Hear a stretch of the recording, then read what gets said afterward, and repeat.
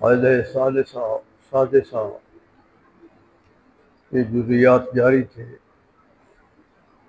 کہ العادت محکمۃ، اگر کہیں عرف عام اور شریعت کے مسئلے کا تعارف آ جائے فی الایمان، اگر یہ دونوں متعارف ہو جائیں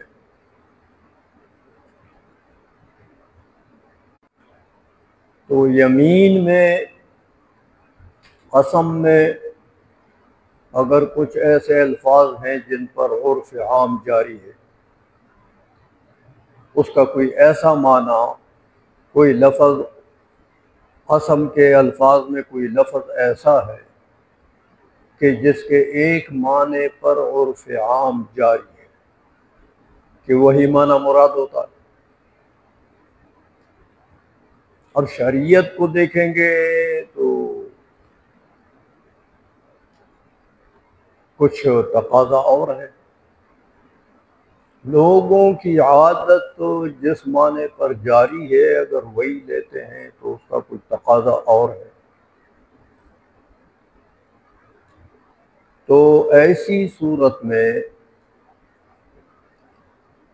خصوصاً ایمان میں، کتاب الایمان میں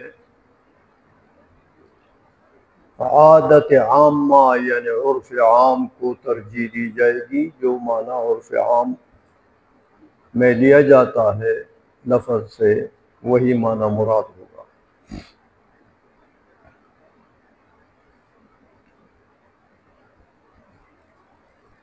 اب وہ اس کی چند مثالیں دیتے ہیں۔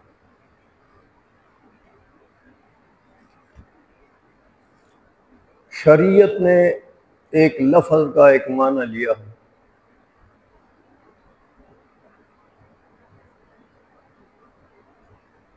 عرف عام اس معنی پر جاری نہیں ہے۔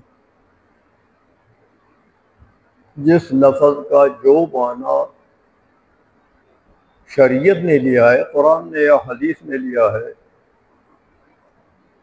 یا اجماع و قیاس مجتہدین نے لیا ہے، اس معنی پر عوام کا عرف نہیں ہے،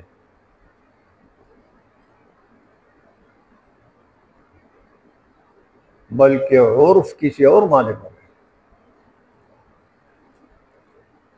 تو عرفی معنی لیا جائے گا لفظ سے، یمین محمول ہوگی اس عرفی معنی پر۔ مثال دیتے ہیں کہ فَإِذَا حَلَفَا لَا يَجْلِسُ عَلَى الْفِرَاشِ، ایمان کی مثال دیتے ہیں کہ ایک بندے نے قسم اٹھائی کہ لا یجلس علی الفراش، فراش پر نہیں بیٹھے گا، او علی البساط، یا اس نے قسم اٹھائی کہ بساط پر نہیں بیٹھے گا، تو لفظ بساط کا ہے یمین میں، یا فراش کا ہے۔ وہ جعل الشمس سراجا آیا کہ لم يحنس بجلوسه على الارض ولا بالاستظاء بالشمس وان سماه تعالى فراشا وبساطا وسمى الشمس سراجا۔ تو یہ ہے ایک مثال اس بات کی، ایمان میں خصوصاً عرفی معنی اور شرعی قرآنی معنی، یا حدیث میں کوئی لفظ اسی طرح کوئی عام معنی میں مستعمل ہو لیکن عرف عام اس معنی پر جاری نہ ہو، تو وہ معنی مراد نہیں ہوگا، بلکہ جس معنی پر عرف جاری ہے۔ قاعدہ یہ ہوا کہ وہی معنی یمین میں اس لفظ سے مراد ہوگا جس پر عرف جاری ہے۔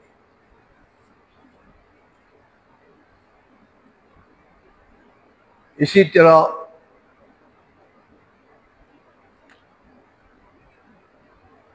اور مثال دیتے ہیں۔ یہ مثالیں میں تھوڑی تھوڑی دوں گا آپ کو، کیونکہ اگر یہ تو ایک کلیہ کے لیے تو بہت ساری مثالیں ہوتی ہیں، تو محض قاعدے کو سمجھانے کے لیے چند ایک مثالیں دوں گا، باقی آپ مطالعہ کرتے رہیں اس کتاب کا۔ تو بہت ساری مثالیں جو ہے وہ فقہ میں انہوں نے دی ہیں، فقہی مثالیں۔ ایک اور مثال دیتے ہیں کہ وَلَوْ حَلَفَ لَا يَأْكُلُ لَحْمًا، ایک بندے نے قسم یہ کھائی کہ میں گوشت نہیں کھاؤں گا، گوشت نہیں کھاؤں، لحم کا لفظ ہے، لحم۔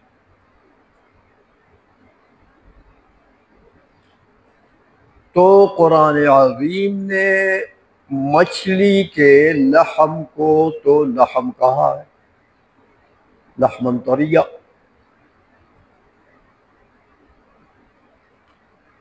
لیکن قرآنی معنی تو یہ ہے، شرعی معنی تو یہ ہے۔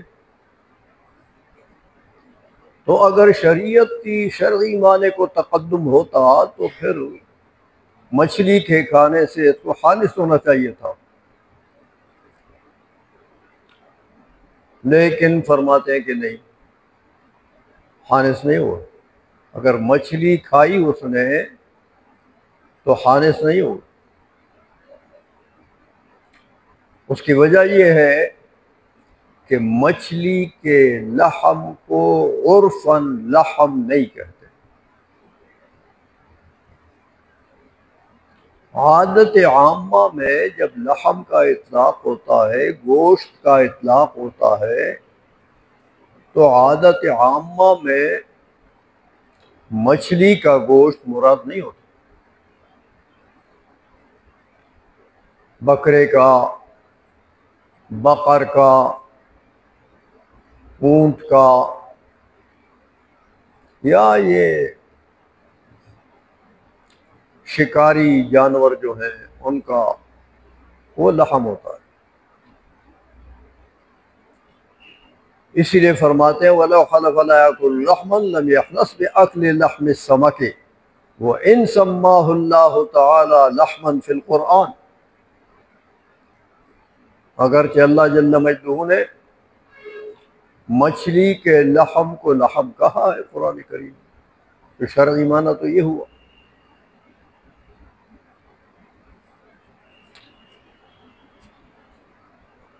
ایک اور مثال دیتے ہیں کہ وَلَوْ حَلَفَ لَا يَرْكَبُ دَابَّةً، قسم یہ اٹھائی کہ کسی دابہ پر میں سوار نہیں ہوں، دابہ۔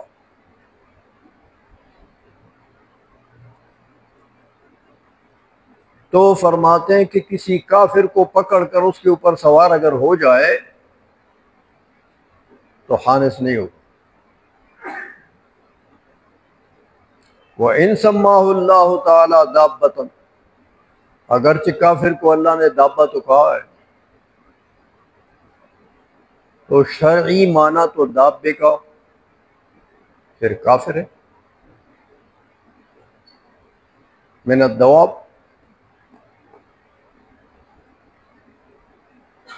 لیکن عرف اس کے اوپر، عام عرف اس کے اوپر جاری نہیں کہ دابہ سے مراد کافر ہو، بلکہ دابہ سے مراد عام سواری ہوتی ہے۔ عرف عام میں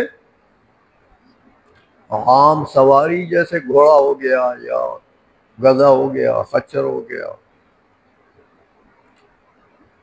دابہ۔ تو یا اسی طرح کوئی بندہ قسم اٹھاتا ہے وَلَوْ حَلَفَ لَا يَجْلِسُ تَحْتَ سَقْفٍ، کسی نے قسم یہ اٹھائی کہ میں چھت کے نیچے نہیں بیٹھوں. اور بھی بہت ساری مثالیں یہ صفحات بھرے پڑے، لیکن یہ مثالیں آپ کو قاعدہ سمجھانے کے لیے کہ شرعی طور پر ایک لفظ کا ایک، لہذا کتاب الایمان میں بالخصوص یہ قاعدہ ہے، باقی ابواب میں بھی، باقی مسائل میں بھی، لیکن کتاب الایمان کی تخصیص کر دی ہے کہ وہاں پر اگر شرع اور عرف عام کا کسی، ایک تو یہ بھی ہے، باقی تو آپ نے کتاب الایمان میں پڑھا ہے، آپ فقی لوگ ہیں، کہ یمین اس معنی پر وارد ہوتی ہے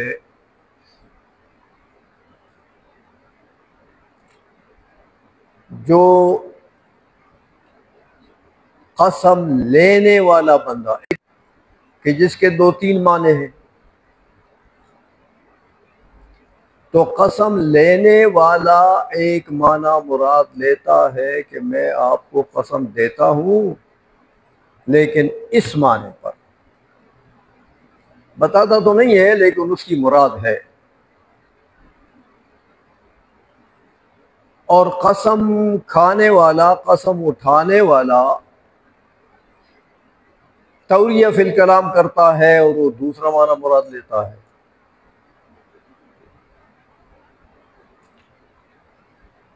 تو یہ بھی آپ نے قانون پڑھا ہے، آگے آ بھی جائے گا کہ یمین وارد ہوگی اس معنی پر جو معنی قسم لینے والا مراد لیتا ہے، قسم اٹھانے والا نہیں. یمین وارد ہوگی اس معنی پر جو معنی قسم لینے والا، قسم دینے والا مراد لیتا ہے. یہ بھی ایک کتاب الایمان کے لیے قانون ہے. بہرحال یہ قوانین آپ کو سمجھانے ہیں، مقصد یہی ہے، یہ چند مثالیں ایک ایک قانون کے لیے میں دے رہا ہوں تاکہ آپ کو قواعد کی سمجھ آ جائے.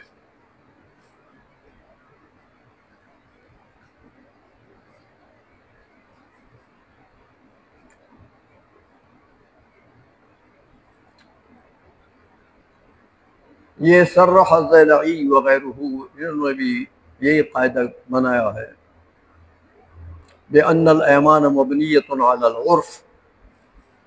زیلعی وغیرہ نے، زیلعی جو کنز کی شرح ہے، تبیین الحقائق، جب شرح کا لفظ کنز کے شروح تو بہت ہیں، کنز الدقائق کے، بحر الرائق بھی ہے، دار الفائق بھی ہے، بہت سارے شروح ہیں. کنز الدقائق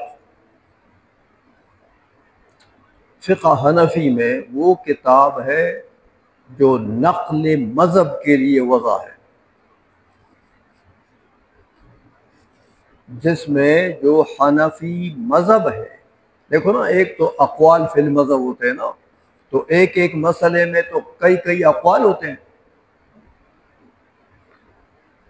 لیکن کنز کی یہ حیثیت ہے، کنز الدقائق کی، کہ اس میں جو مسئلہ آیا وہ احناف، 4-5 کتابیں ایسی ہیں جو نقل مذہب کے لیے وضع ہیں، ان میں سے ایک کنز الدقائق ہے. اس لیے اس کے کافی سارے شروع لکھے گئے ہیں، لیکن جب شرح کا اطلاق تو یہ لفظ اگر مطلق آ جائے تو اس سے زیلعی مراد ہوتی ہے. شرح یہ اصطلاح فقہا کی کہ وہ شرح بولتے ہیں. کوئی اور قید مضاف الیہ ساتھ نہیں لگاتے۔ تو یہ جب مطلق بول دیا جائے، قاعدہ یہی ہے کہ یمین وارد ہوگی عرفی معنی پر۔ قرآن نے یا حدیث نے اس لفظ کا جو بھی معنی لیا وہ قرآنی معنی ہے، لیکن اگر عرف اس کے اوپر وارد نہیں ہے تو ایمان میں وہ مراد نہیں ہوتا۔ اسی لیے یہ بہت سارے مسائل جو ہے اس قاعدے کے مطابق دیے ہیں۔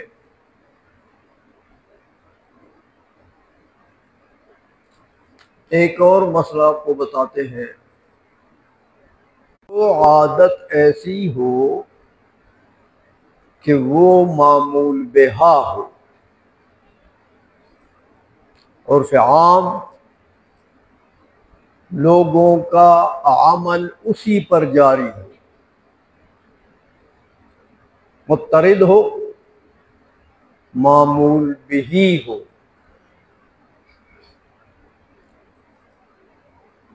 آیا یہ عرف جو معنی عرفی عادت عامہ میں لیا جاتا ہے، تو جو قید لگ جاتی ہے عرف میں کسی خاص محل میں، جب اس لفظ کو آپ استعمال کرتے ہیں، تو آیا وہ چیز جو ہے وہ شرط کے قائم مقام ہوگی؟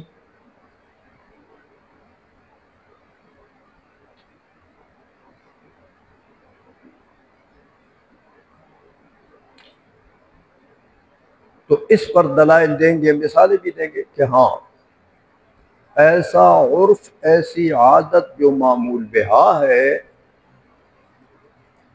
تو وہ عادت شرط کے برابر ہوگی۔ میں یہاں اپنے یہ قریب کی مثال دیتا ہوں سمجھانے کے لیے۔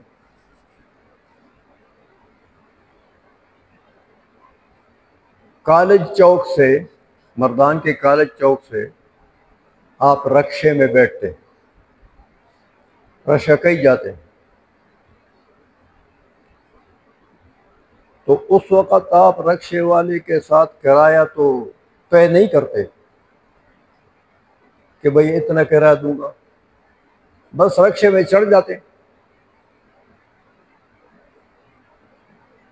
رکشے میں چڑھ جاتے ہیں، رشکئی میں اترتے ہیں،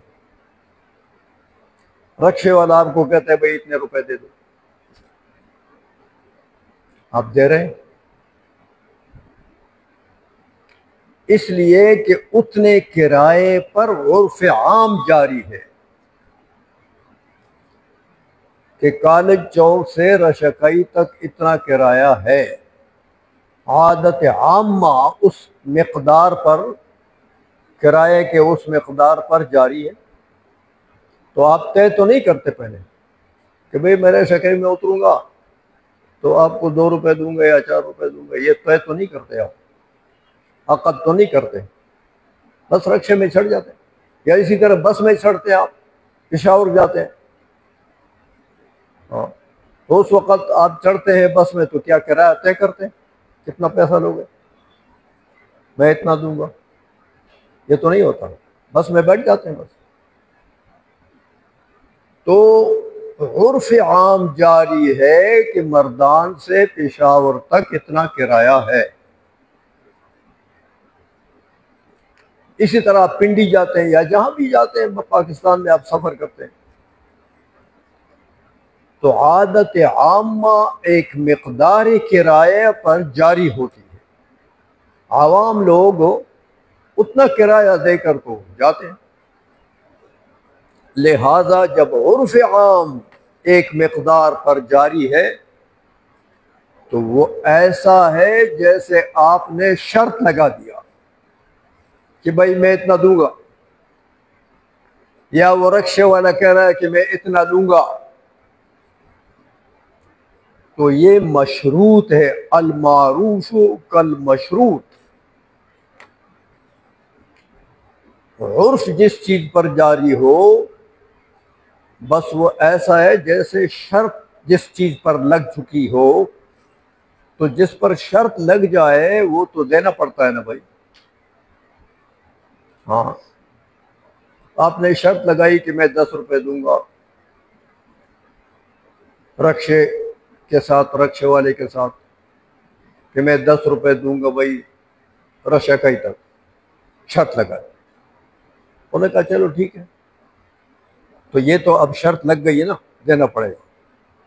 تو اگر شرط تو نہیں لگی لیکن عرف جاری ہے اس مقدار کے اوپر، تو یہ جس پر عرف جاری ہے یہ بالکل کل مشروط ہے، یہ ایسا آپ کے ذمہ واجب ہے جیسے آپ نے شرط لگائی ہے، مانا ہے آپ نے پہلے سے، آپ نے، لہذا جھگڑا نہیں ہوتا۔ ہاں، بندہ آرام سے پیسے دے دیتا ہے، رکشے والے وصول کر لیتا ہے، اسی لیے کہ عرف عام اس مقدار پر جاری ہے تو بندہ کرایہ ادا کرتا ہے، خوشی سے دے دیتا ہے۔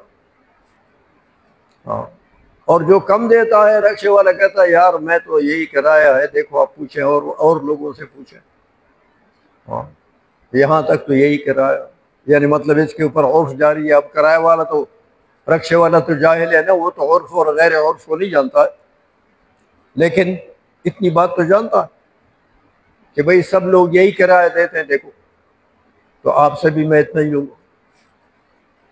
تو یہ جس مقدار کے اوپر عادت عامہ جاری ہو وہ مقدار واجب الادا ہو جاتی ہے بندے کے ذمے، جیسے مشروط واجب الادا ہو جاتا ہے۔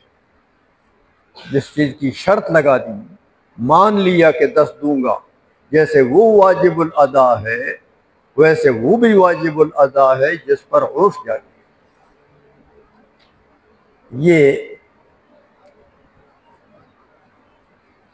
کلیہ ہے، لیکن فقہی کلیات بہرحال آپ کو میں نے بتایا کہ یہ اکثریہ ہوتے ہیں۔ تو یہ ایک اور مسئلہ ہے۔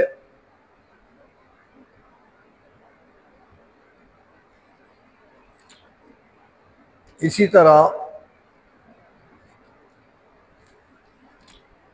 یہ ایک مسئلہ بھی اسی کے اوپر متفرع فرماتے ہیں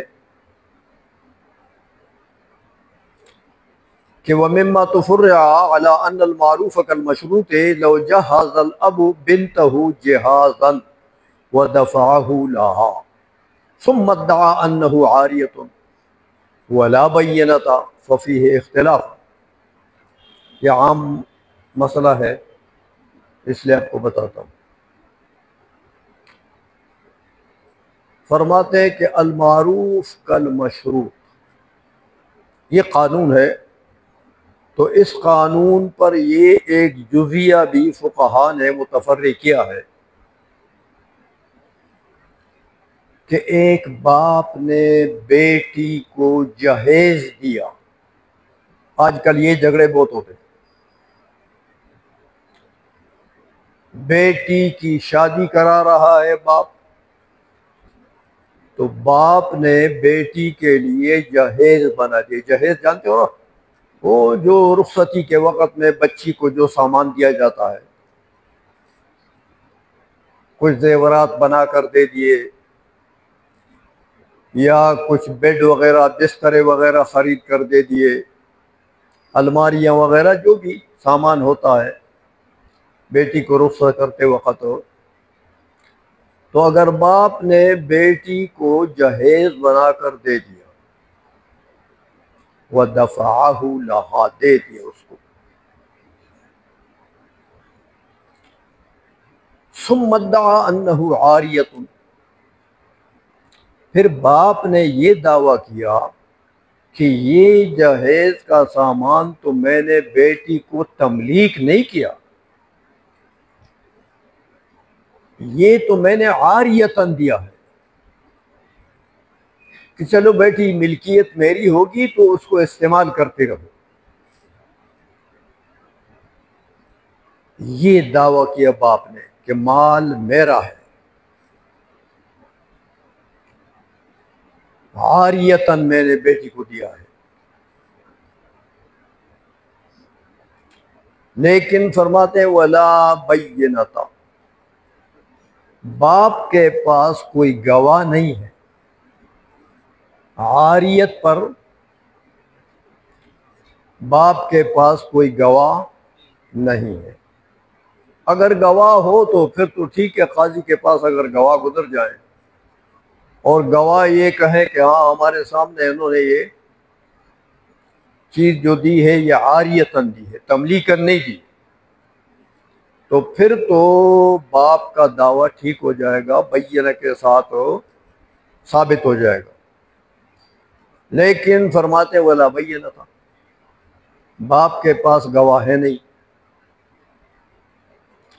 اب کہتے ہیں ففیہ اختلاف، اس لیے فرماتے ہیں یہ مسئلہ اختلافی ہے پھر فقہا کے نزدیک۔ بینہ ہوتا تو ایک طرف تو ہو جاتا۔ والفتوى انه كان العرف مستمرا ان الاب يدفع ذلك الجهاز ملكا لا عارية لم يقبل قول۔ اب مسئلہ آئے گا عرف پر، بینہ تو ہے نہیں باپ کے پاس اپنے دعوے کے اس بات کے لیے، لہذا یہ مسئلہ اختلافی ہے بین الفقہاء، لیکن فتوی اس بات پر ہے، فتوی اس بات پر ہے کہ عرف کو دیکھا جائے گا کہ اگر عام عادت عام عرف ایسا ہے، عام عرف ایسا ہے کہ لوگ جب بیٹیوں کی شادیاں کرتے ہیں اور جہیز دیتے ہیں تو وہ تملیکاً دیتے ہیں، بیٹی کی ملکیت کر کے دیتے ہیں۔ اگر عام عرف ایسا ہے تو بس باپ کا قول معتبر نہیں ہوگا، باپ کا دعویٰ قابل قبول نہیں ہوگا، اس لیے کہ عرف عام کے خلاف ہے۔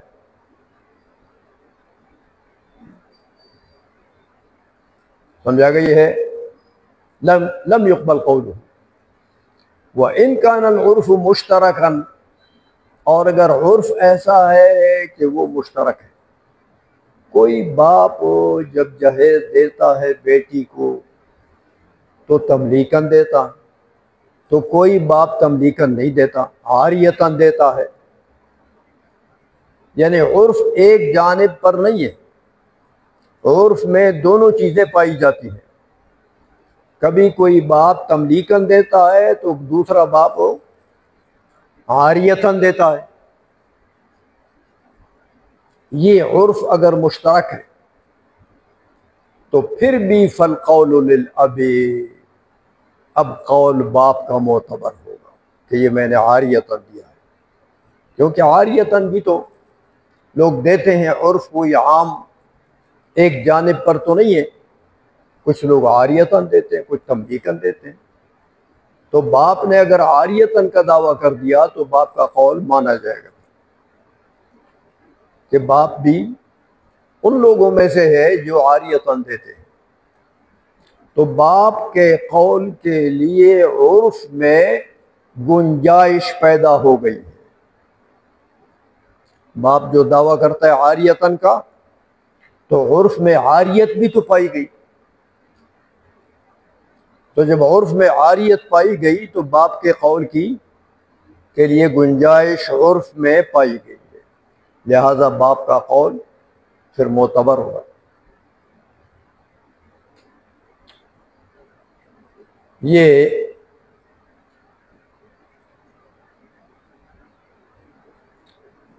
وقال قاضی خان، جو فتاویٰ ہے قاضی خان، معتبر فتاویٰ ہے یہ، قاضی خان اور خلاصۃ الفتاویٰ، ان دونوں کے مصنفین اصحاب ترجیح میں تو شمار ہوتے ہیں، بعض علماء نے ان کو تیسرے طبقے کے مجتہدین میں بھی شمار کیا ہے، بڑے لوگ ہیں بہرحال، مذہب حنفی میں ان کا بڑا مقام ہے۔ فرماتے قاضی خان نے فرمایا کہ وعندی ان الابا ان کان من کرام الناس واشرافہم لم يقبل قولہ۔ باپ نے کہا کہ میں نے عاریتاً دیا، تو کہتے ہیں یار باپ کو دیکھیں گے کہ باپ جو ہے معزز آدمی ہے، من اشراف الناس، لوگوں میں ایک شرافت کا مالک ہے،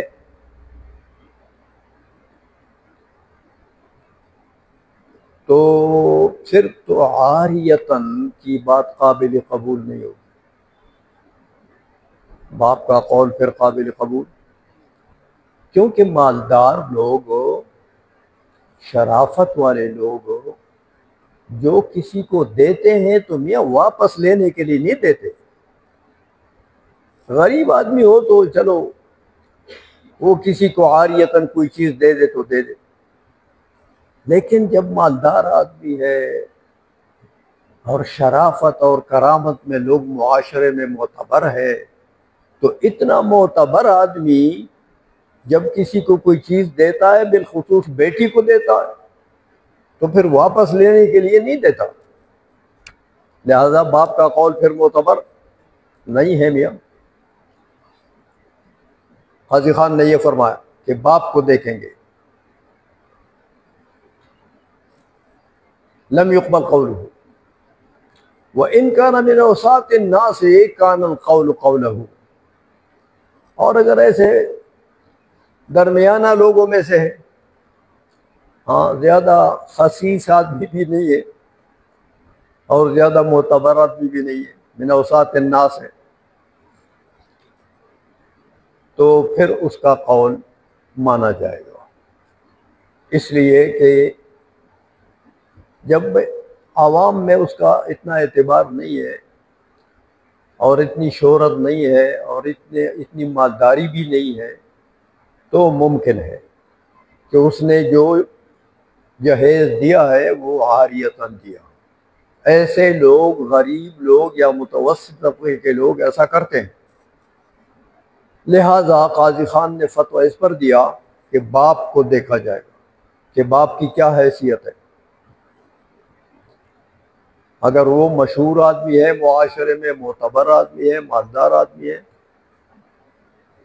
تو ایسے لوگ تو پھر عاریتاً بچوں کو مال نہیں دیتے، لہذا تملیک ہو جائے گا۔ یہ قاضی خان کا، دیکھو نا، انہوں نے فتویٰ دیا لیکن ایک اور اینگل سے دیا، باپ کی حیثیت کو دیکھ کر دیا، اور اس کو نہیں دیکھا، باپ کی حیثیت کو دیکھا کہ ایسے لوگ جو معتبر لوگ ہوتے ہیں معاشرہ میں، وہ تو یہ اپنے لیے بدنامی گویا کہ سمجھتے ہیں کہ جہیز دے دیا اور کل پھر واپس مانگا، تو یہ اپنے لیے عار سمجھتے ہیں معتبر لوگ، تو یہ بات بھی قاضی خان کی بالکل بڑی معتبر بات ہے کہ حیثیت کو دیکھو۔ یہ ایک جزیہ جو ہے اس کے اوپر متفرع کر دیا، تو بنت کو اگر دیا جہیز تو اس کے معاملے میں یہ بات آپ کو بتا دی ہے۔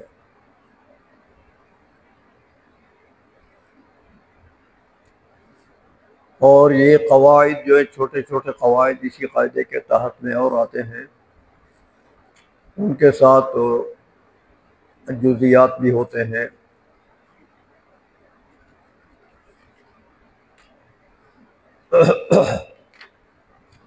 لیکن یہ قواعد سمجھانا آپ کو مقصد ہے۔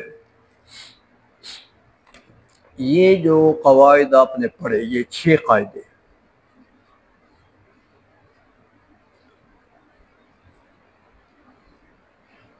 یہ ایک نوع کے فقہی قواعد ہیں۔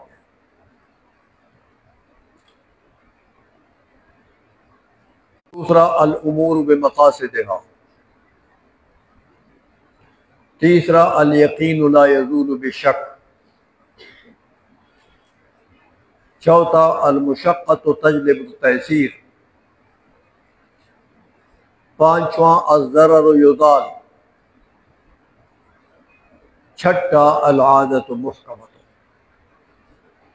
یہ فقہی قواعد ستہ، یہ کلیات ہیں، یعنی کلیات بمانا یہ فقہی کلیات، فقہی کلیات ہیں یہ ایک نوع کے۔ دوسرا نوع جو ہے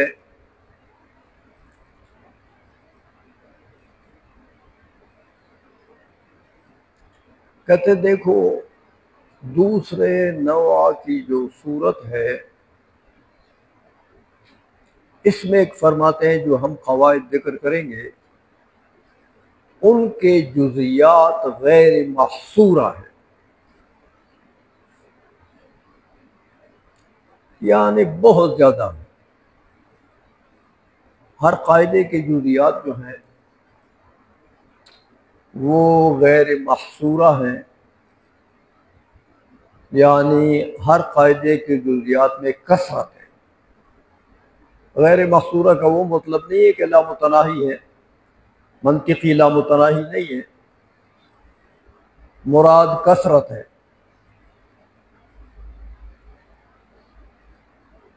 تو کہتے ہیں پہلا قاعدہ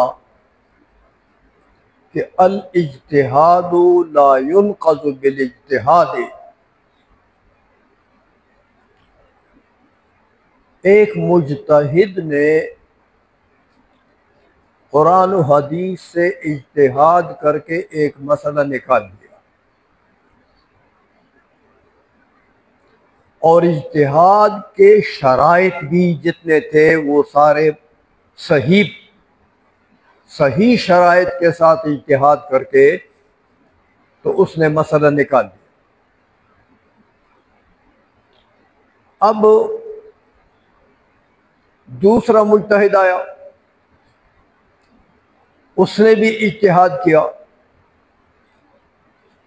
لیکن اس نے اجتہاد کیا تو مسئلہ نکالا، لیکن دونوں اجتہادین اگر معاً غلط ہو جائیں تو رفع لازم آ گیا نقیضین کا، وہ بھی باطل۔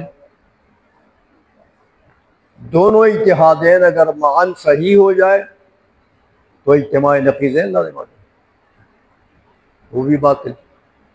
لہذا دونوں اجتہادین میں سے ایک صحیح ہوگا، دوسرا صحیح نہیں ہوگا، لیکن اب آپ اس کو صحیح یا غلط معلوم کریں گے تو ایسا نہیں کرو گے کہ دوسرے مجتہد کے اجتہاد کو مد نظر رکھ کے آپ یہ کہیں کہ بھئی یہ پہلے مجتہد کا اجتہاد غلط ہے اس لیے کہ دوسرے مجتہد نے تو یہ نقیض نکالا، یہ دلیل نہیں ہے۔ تو ایک اجتہاد کو دوسرے اجتہاد سے توڑ نہیں سکتے، ایک اجتہاد کو دلیل بنا کر دوسرے اجتہاد کو توڑیں آپ، یہ نہیں کر سکتے۔ کہتے یہ کیوں؟ کہتے دیکھو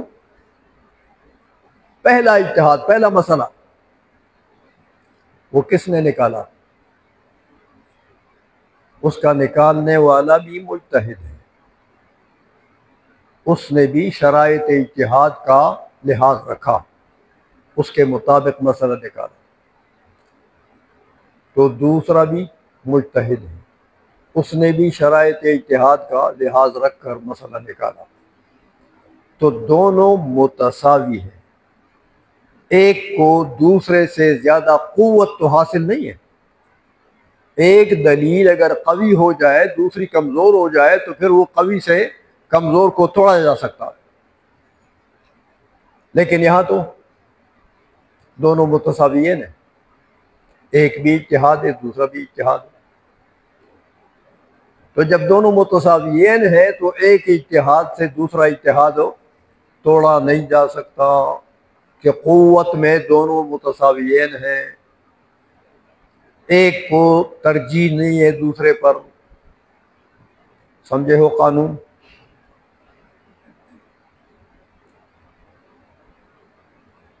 یہ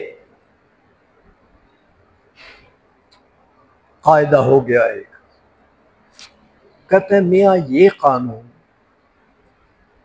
کہ ایک اجتہاد سے دوسرا اجتہاد توڑا نہیں جا سکتا، کہتے وہ دلیل حل اجماع، اس کی دلیل اجماع ہے، کہ مجتہدین کا اس بات پر اجماع ہے کہ ایک اجتہاد کو دوسرے اجتہاد سے توڑا نہیں جا سکتا، یہ اجماعی بات ہے۔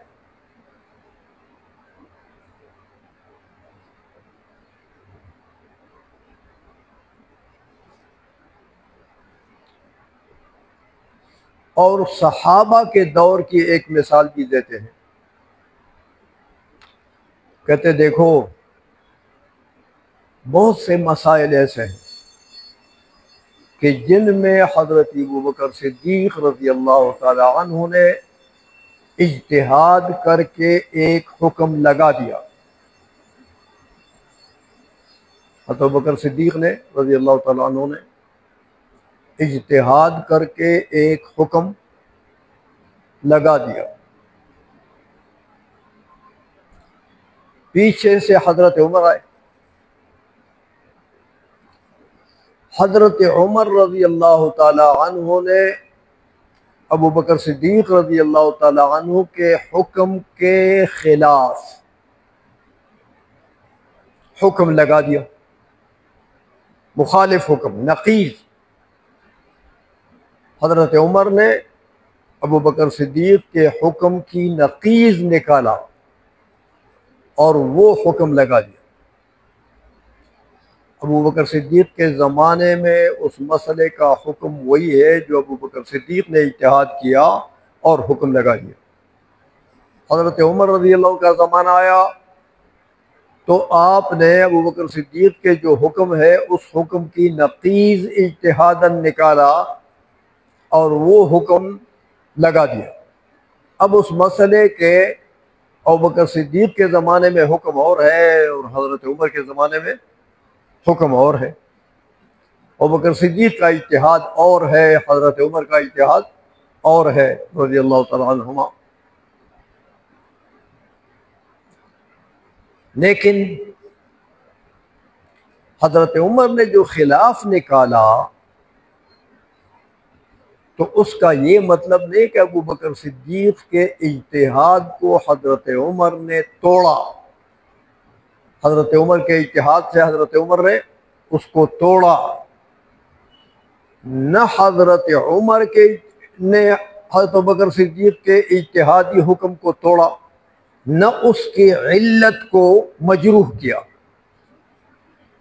ابوبکر صدیق کے اجتہاد کا جس علت پر اعتماد تھا، جس علت کی وجہ سے ابوبکر صدیق نے جو حکم اجتہادی نکالا تھا اور جس چیز کو اس کے لیے علت قرار دیا تھا، حضرت عمر نے اس کو بھی نہیں چھیڑا، علت کو بھی نہیں چھیڑا، نہیں توڑا، حکم کو بھی نہیں چھیڑا، نہیں توڑا، کہ ایک اجتہاد سے دوسرا اجتہاد توڑا نہیں جاتا۔ سمجھا گئی ہے؟ تو وخالفه عمر رضی اللہ عنہ فيها ولم ينقض حكمه وعلته بأنه ليس الاجتهاد الثاني بأقوى من الأول۔ اس لیے فرماتے ہیں کہ حضرت عمر کا اجتہاد کوئی حضرت ابوبکر صدیق کے اجتہاد سے زیادہ قوی تو نہیں ہے۔ اجتہاد یہ بھی ہے کہ علت پر مبنی ہے اور اجتہاد وہ بھی ہے، تو ایک اجتہاد کی وجہ سے دوسرا اجتہاد ٹوٹا نہیں ہے۔ ابوبکر صدیق کے زمانے میں وہی حکم تھا جو ابوبکر صدیق نے نکالا تھا، حضرت عمر کے زمانے میں وہی حکم ہوا جو حضرت عمر نے نکالا، لہٰذا اس میں تنافی ایسا نہیں ہوا کہ حضرت عمر کے اجتہاد سے حضرت ابوبکر صدیق کے اجتہاد کو توڑ دیا اور حضرت عمر کا حکم لگ گیا، پھر توڑا نہیں ہے کہ ایک اجتہاد سے دوسرا اجتہاد توڑا نہیں جا سکتا، دونوں متساویین ہیں۔ اسی لیے فرمایا کہ وَخَالَفَهُ عُمَرُ رضی اللہ عنہ فِيهَا وَلَمْ يَنْقُضْ حُكْمَهُ وَعِلَّتَهُ، حضرت عمر نے نہ تو حضرت ابوبکر صدیق کے حکم کو نہ حضرت ابوبکر صدیق کے اجتہاد کی علت کو، کسی قوت زیادہ ہوتی تو پھر کمزور کو قوی توڑ دیتا ہے، لیکن وہ تو دونوں اجتہادین ہیں، ایک اجتہاد دوسرے اجتہاد کا مساوی ہوتا ہے، وہ بھی مجتہد ہے یہ بھی مجتہد، انہوں نے بھی شرائط اجتہاد کا لحاظ رکھا اور انہوں نے بھی رکھا، لہذا دونوں اجتہادین مساوی ہیں، تو ایک مساوی میں یہ طاقت نہیں ہوتا کہ وہ دوسرے مساوی کو توڑ دے۔ دونوں پہلوان اگر ایک قوت میں برابر ہوں تو وہ ایک دوسرے کو گرا سکتا ہے؟ ہاں وہ تو بس لڑائی ہوگی، لیکن گرانا لیکن اس قانون کا مطلب پھر یہ ہوگا کہ کوئی حکم ہر زمانے میں مستقر نہیں ہوگا، کوئی حکم اجتہادی، کوئی حکم اجتہادی ہر زمانے میں برقرار، دوسرے زمانے میں دوسرے مجتہدین آئے انہوں نے اجتہاد کیا، بلکہ جس زمانے میں مجتہدین نے اجتہاد کیا حکم نکالا وہ حکم مسئلے کا ہو گیا، ٹھیک ہے اس زمانے میں، تو دوسرے زمانے میں اگر مجتہدین نہیں ہے، جیسے ہمارا یہ حال ہے مجتہدین نہیں تو اجتہاد کدھر سے آئے گا؟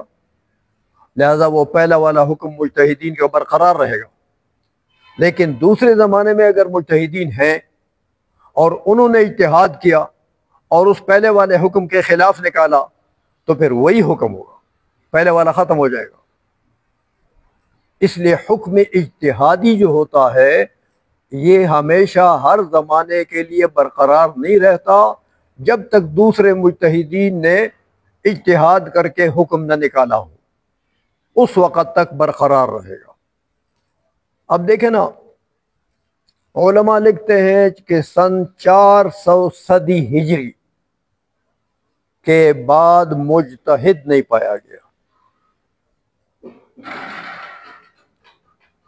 سمجھے ہو میری بات؟ 400 صدی ہجری کے بعد، علامہ شامی نے بھی لکھا، دوسرے علماء نے بھی لکھا کہ کوئی مجتہد نہیں پایا گیا۔ آج کل تو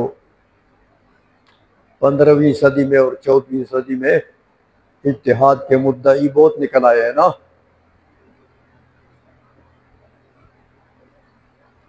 سمجھے ہو نا؟ اپنے زمانے کے لوگوں کو جانتے ہو کہ نہیں جانتے ہو؟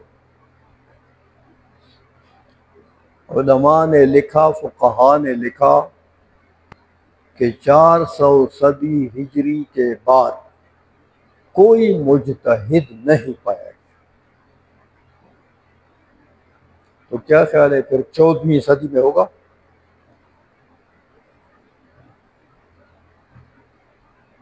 لہذا ایک مولوی صاحب جو مدعی اجتہاد تھے ان سے میری بات ہوئی، وہ کہنے لگا جی ایک مجتہد مرکب بھی تو ہو سکتا ہے۔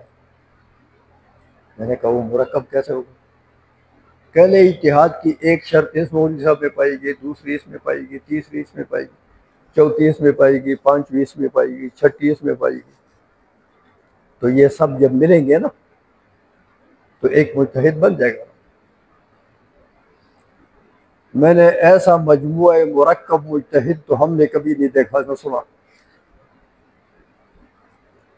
ہاں، کہ یہ مجموعہ مرکب جو ہے 10-15 آدمیوں کا، یہ مجتہد ہو گیا۔ تو بہرحال یہ تو لوگ اپنے لیے، اللہ اکبر، حضور نے جو فرمایا کہ خیر القرون قرنی ثم الذین یلونہم ثم الذین یلونہم ثم یفشو الکذب۔ حضور نے فرمایا بہترین زمانہ میرا زمانہ ہے، اس کے بعد جو قریب زمانہ ہے متصل، اس کے بعد جو قریب ہے وہ، اس کے بعد ثم یفشو الکذب۔ حضور نے فرمایا پھر جھوٹ پھیل جائے گا، جھوٹ پھیل جائے گا، ملا پیر سب جھوٹ بولیں گے اپنے مفادات کے لیے، دنیائی مفادات حاصل کرنے کے لیے، اپنی شہرت بنانے کے لیے، لوگوں میں اپنے واہ واہ واہ واہ کرانے کے لیے لوگ جھوٹ بولیں گے اور جھوٹ کی قسمیں اٹھائیں گے۔ اہل زمانہ کو دیکھتے ہو آج کل، یہی حال ہے جو حضور نے فرمایا۔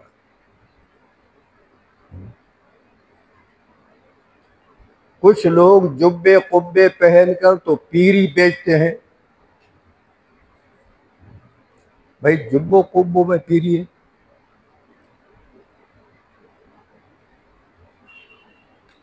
اللہ اکبر، کیا مکر اور دجل کا زمانہ آ گیا۔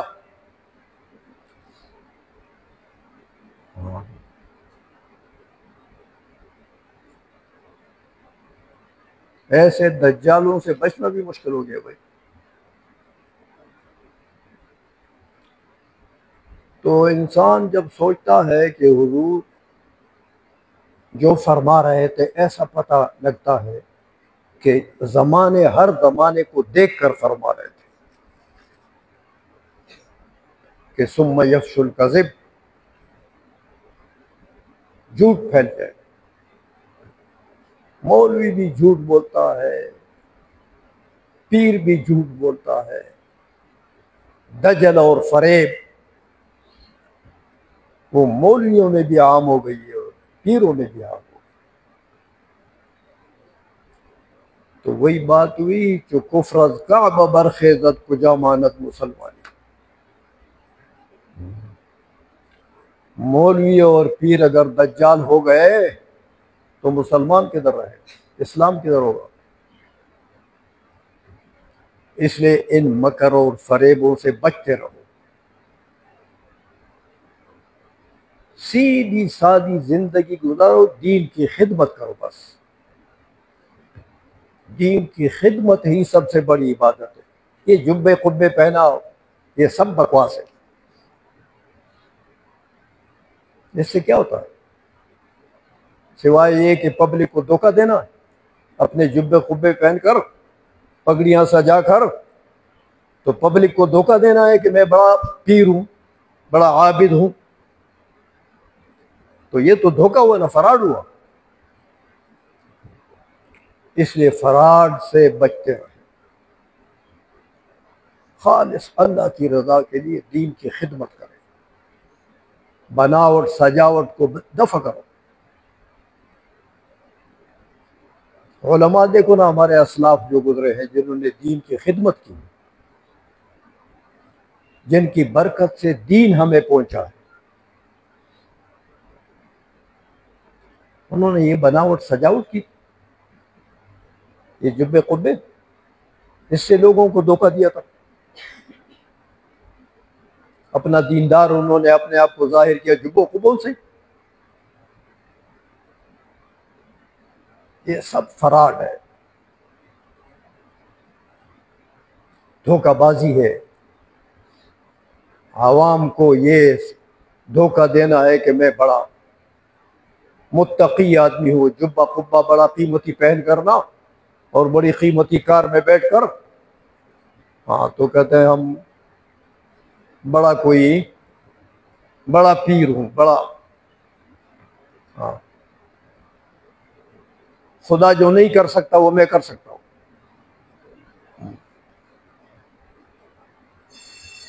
ایک کام میں ستارہ نیچے اتار دوں گا، زمین کو اوپر چڑھا دوں گا، کیا بکواسات ہے۔ اپنے احتیاج کو بھی نہیں دیکھتے کہ بھئی سر سے پیر تک تو میں اللہ کا محتاج ہوں۔ یہ اپنے بال، سر کا ایک بال میں اگا سکتا ہوں، تو دوسرے کو کیا بیٹا دے دوں گا؟ خود اپنے بیٹے نہیں ہیں، ہاں دوسروں کو بیٹے دینے کی ذمہ داری اٹھاتے۔ اللہ اکبر، یہ کس زمانے میں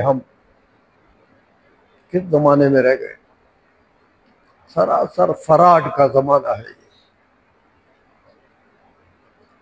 اللہ بچائے ان لوگوں کے فراڈ سے۔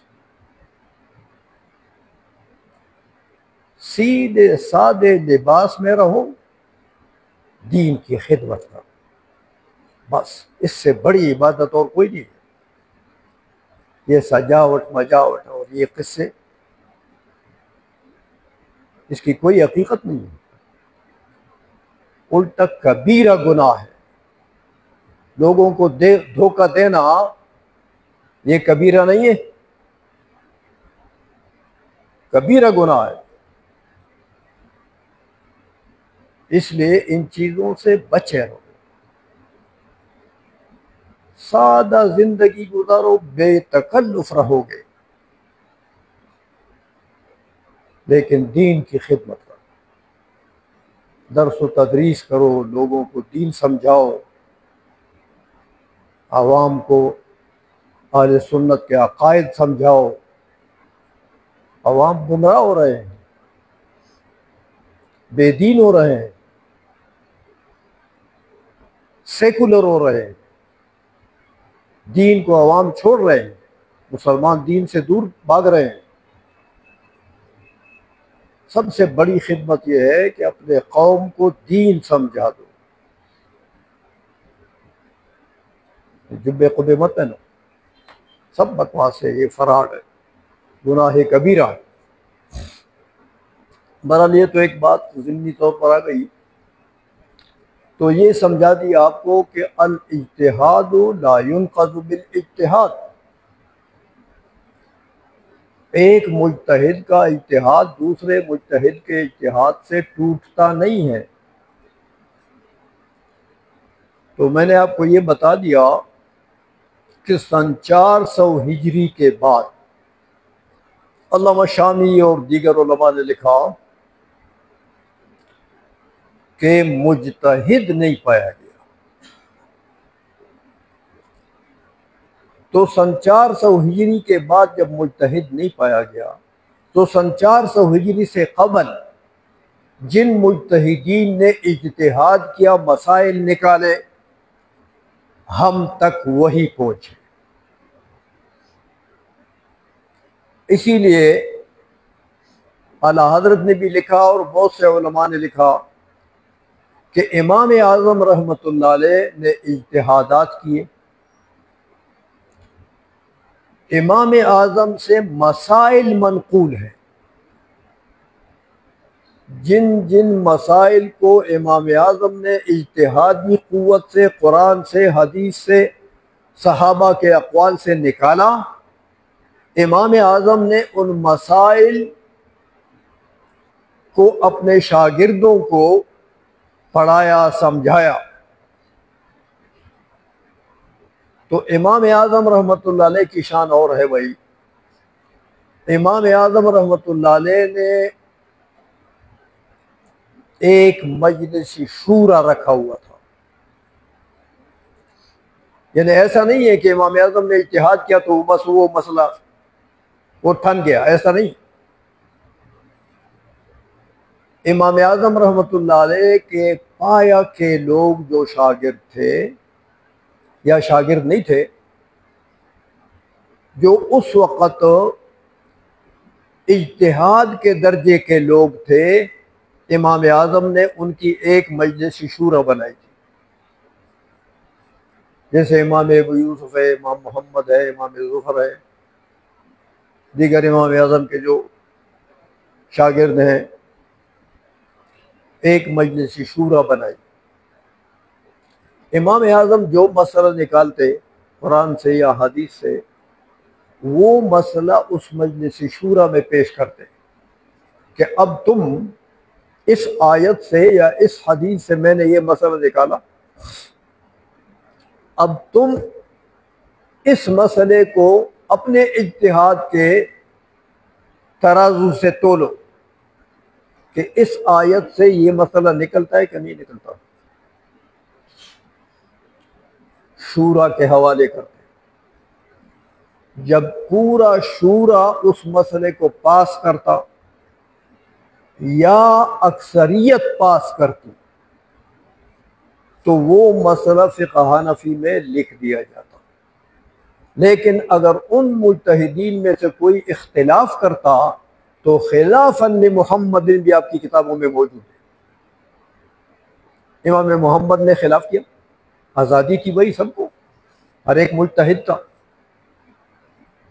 تو خلافاً لمحمد، خلافاً لابی یوسف، خلافاً لظفر آپ کے فقہ کی کتابوں میں موجود ہے نا، تو وہ اختلافی نوٹ لکھ دیتے، جو مخالفت کرتا کہ ایسا نہیں ہے یہ ایسا ہے تو وہ اپنا اختلافی نوٹ لکھ دیتے کہ مسئلہ ایسا نہیں ہے، اس لیے آپ کے فقہ میں وہ اختلافی نوٹ آیا ہے نا کہ خلافاً لمحمد، تو اب خلافاً لمحمد کیسے کہ امام محمد کا یہ قول نہیں ہے، یہ قول ہے، وہ سب موجود ہے نا فتاوی جات میں۔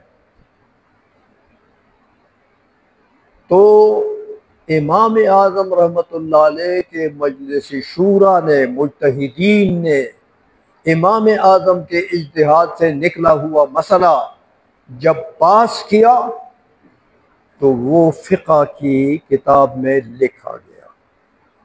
وہ مسائل امام محمد رحمۃ اللہ علیہ نے اپنی 6 کتابوں میں منقول کر دیے۔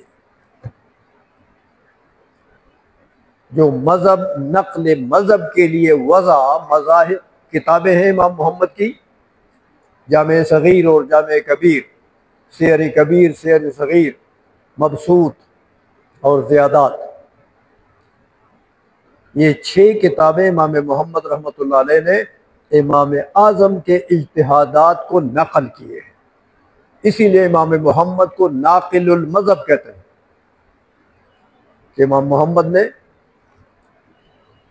اور امام شافعی رحمہ اللہ تعالی وہ فرماتے ہیں کہ میں جو اس درجہ اجتہاد تک پہنچا ہوں امام محمد کی کتابوں سے پہنچا ہوں، کہ میں نے امام محمد کی کتابوں کو دیکھا، مطالعہ کیا تو اللہ نے مجھے یہ مرتبہ دیا۔ تو بہرحال مطلب یہ ہے کہ ایک اجتہاد دوسرے اجتہاد سے ٹوٹتا نہیں ہے، تو اگر مجتہد ہے اور اس نے اجتہاد کیا، دوسرے مجتہد کے خلاف کیا، تو اپنے اپنے زمانے میں دونوں رائج رہیں گے، لیکن اگر دوسرے زمانے میں سرے سے مجتہد نہیں ہے، جیسے سن 400 ہجری کے بعد میں نے آپ کو بتایا مجتہد نہیں پائے گا، تو اب 400 ہجری سے قبل امام اعظم رحمۃ اللہ علیہ اور امام شافعی رحمہ اللہ تعالی، امام مالک رحمہ اللہ تعالی، امام احمد بن حنبل رحمہ اللہ تعالی، ان حضرات کے اجتہادات مروی ہے کتابوں میں،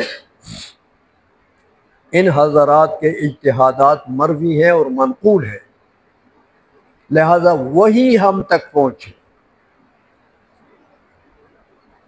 نقل معتبر کے ساتھ وہی اجتہادات ہم تک پہنچے، اور امام اعظم رحمۃ اللہ علیہ کے اجتہادات اور آپ کے شاگردوں کے وہ امام محمد رحمۃ اللہ علیہ نے اپنی کتابوں میں نقل کیے، اس کا نام فقہ حنفی ہے۔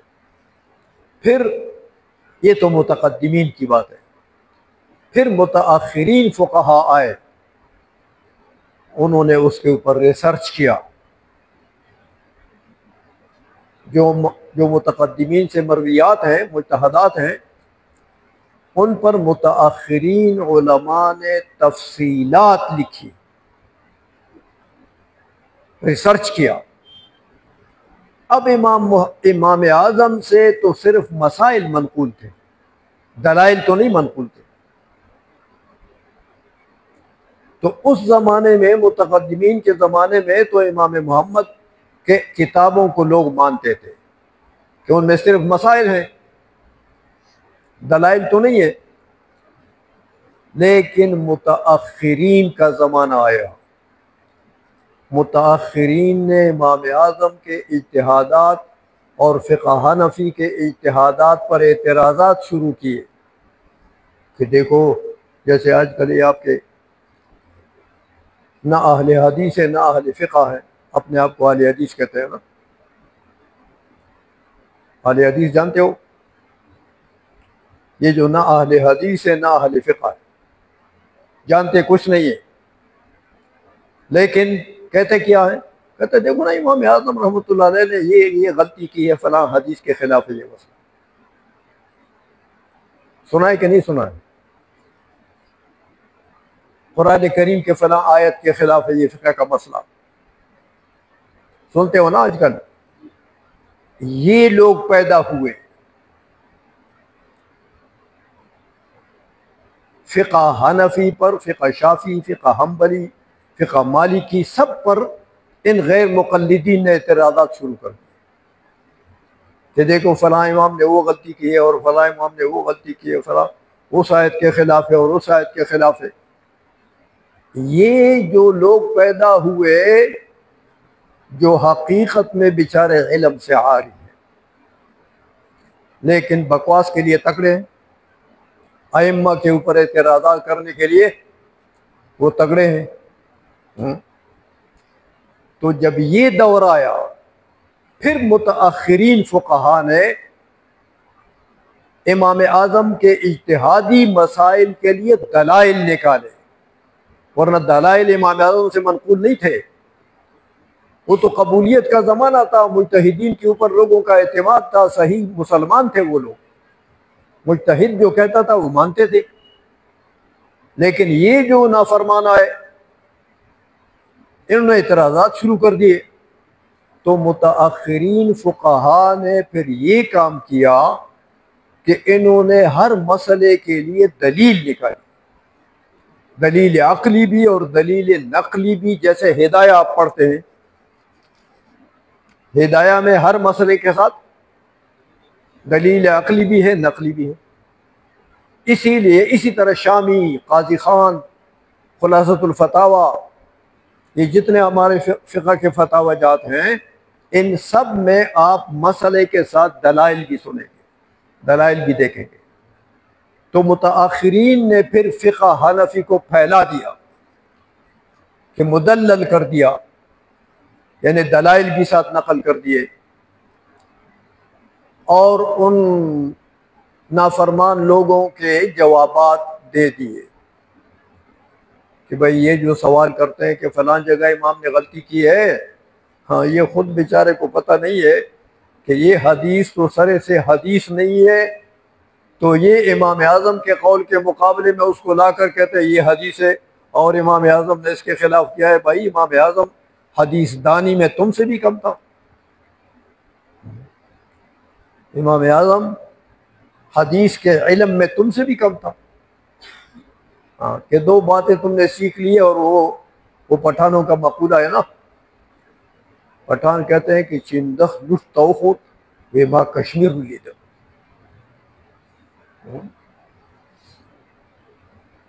چندخ جانتے ہو نا، مینڈک، کہتے ہیں یہ مینڈک جو ہے یہ ایسے لٹ، کہتے ہیں وہ ڈھیلے کو، وہ مٹی کا ڈھیلا نہیں ہوتا، کہتے ہیں مینڈک ڈھیلے پر اوپر بیٹھ گیا تو کہتے ہیں اوہو میں نے تو کشمیر دیکھا ہے۔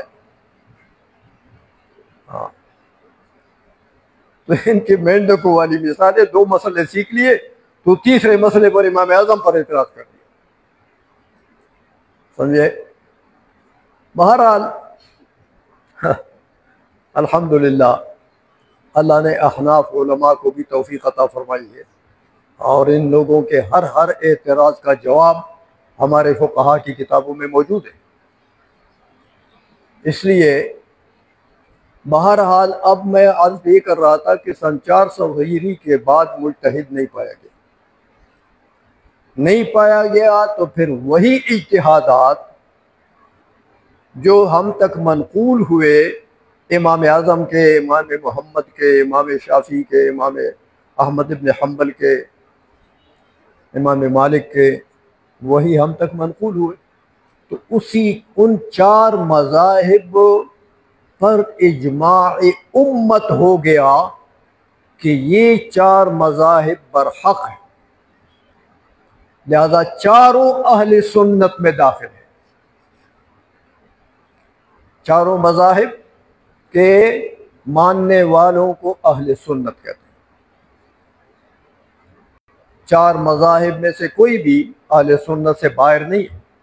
کوئی حنفی ہے، فروعاً حنفی ہے، وہ امام شافعی کے طریقے سے نماز نہیں پڑھتا، امام اعظم کے طریقے سے پڑھتا، لیکن جو امام شافعی کے طریقے سے پڑھتا ہے، احناف اس کو یہ نہیں کہتے کہ یہ غلط ہے۔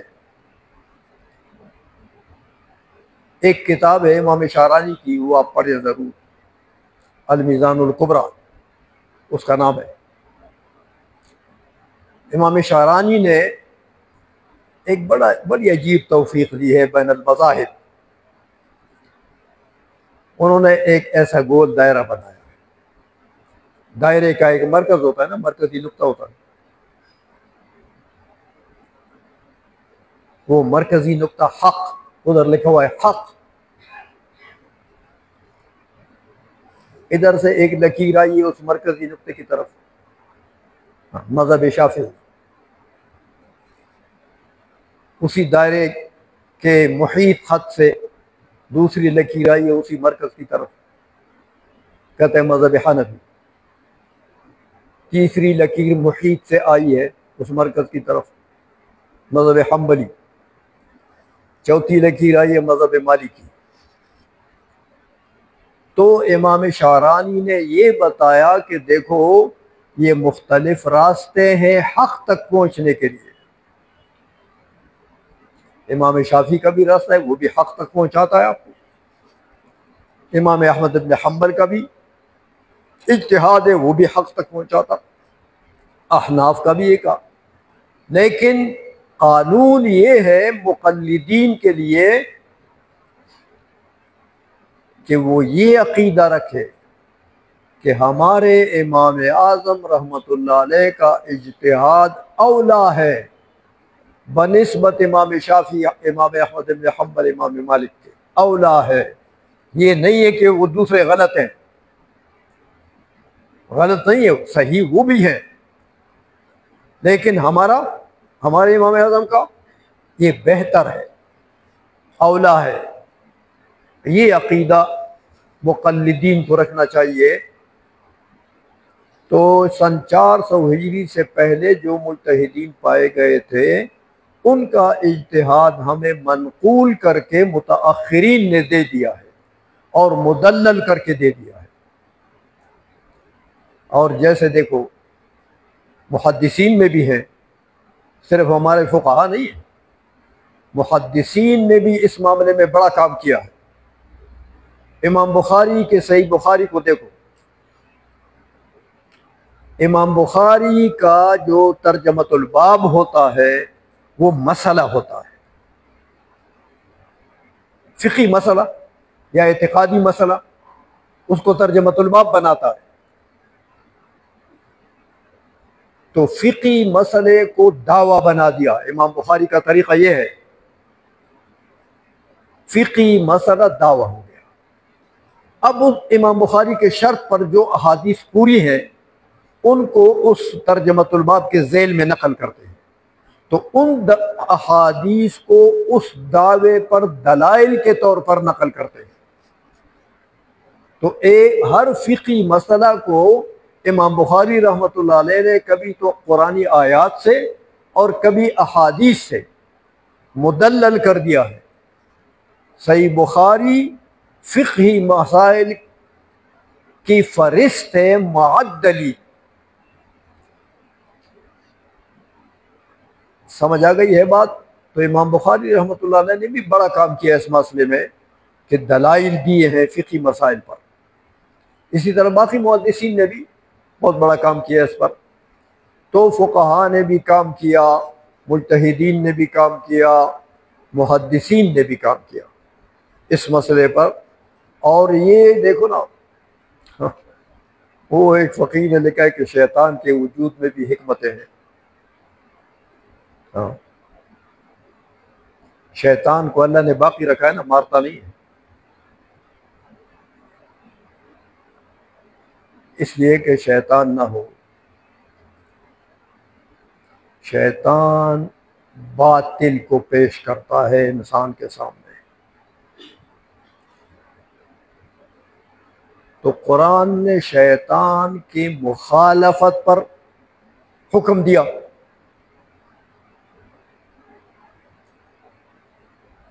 تو قرآن نے حکم دیا حق پر. شیطان ورغلاتا ہے انسان کو، باطل کی طرف مائل کرتا ہے. تو تعرف الاشیاء باضدادها، حق تو پہچانا جائے گا کہ اس کے مقابلے میں باطل کو پہچان لے آپ کہ بھئی یہ باطل ہے، بس اس باطل کے علاوہ پھر حق ہے. وَمَاذَا بَعْدَ الْحَقِّ إِلَّا الضَّلَالُ، قرآن نے بھی کہہ دیا. اس لیے شیطان کے باقی رکھنے میں بھی حکمتیں ہیں. شیطان نہ ہوتا تو وہابی نہ ہوتے، تو وہابی نہ ہوتے تو سنی تو سو جاتے. لسی پی کر، چادر اوڑھ کر سنی تو پھر سو جاتے. یہ تو اچھا ہوا وہابی ہے، شیطان ہے، وہابی ہے تو سنیوں کو جگائے رکھتے ہیں. ہاں، تو سنی کتابیں بھی لکھتے ہیں، تقریریں بھی کرتے ہیں، کام کرتے ہیں. ورنہ پھر یہ سنی کام کرتے ہیں؟ ہاں، یہ تو سو جاتے ہیں. اس لیے اللہ جل مجدہ نے شیطان کے بقا میں بھی حکمتیں رکھی، اور وہ کم از کم اہل سنت کا جاگنا ہے، اہل سنت کا عمل ہے کہ اہل سنت کو کام پر اکسا دیا ہے. ورنہ یہ تو پھر لسی پی کر سو جاتے. سمجھا گئی ہے؟ تو یہ جو ہمارے تک منقول ہوئے متاخرین فقہاء نے فقہ حنفی اور دیگر فقہوں کو مدلل کر کے ہم تک پہنچا دیا اپنی تصانیف میں. جیسے یہ فتاوی جات ہے نا، تو فتاوی جات دیکھا کرو، مطالعہ کر لیا کرو کتابوں کا. کتابوں میں علم ہے، موبائل میں نہیں ہے. اس لیے موبائل کا ذوق مت رکھو، علم کتاب میں ہے. اور حضرت علی نے فرمایا نا کہ وَخَيْرُ جَلِيسٍ فِي الزَّمَانِ کتاب. ہاں، تمام اہل زمانہ میں بہترین سنگی جو ہے وہ کتاب. کتاب آپ کو فائدہ پہنچائے گی. اس لیے کتابوں کا مطالعہ کریں، موبائلوں پر اپنا وقت ضائع مت کریں. وہ تو اضاعت وقت کے علاوہ اور کوئی نہیں ہے. وصلی اللہ تعالی علی حبیبہ سیدنا محمد وآلہ وصحبہ اجمعین برحمتک یا ارحم الراحمین.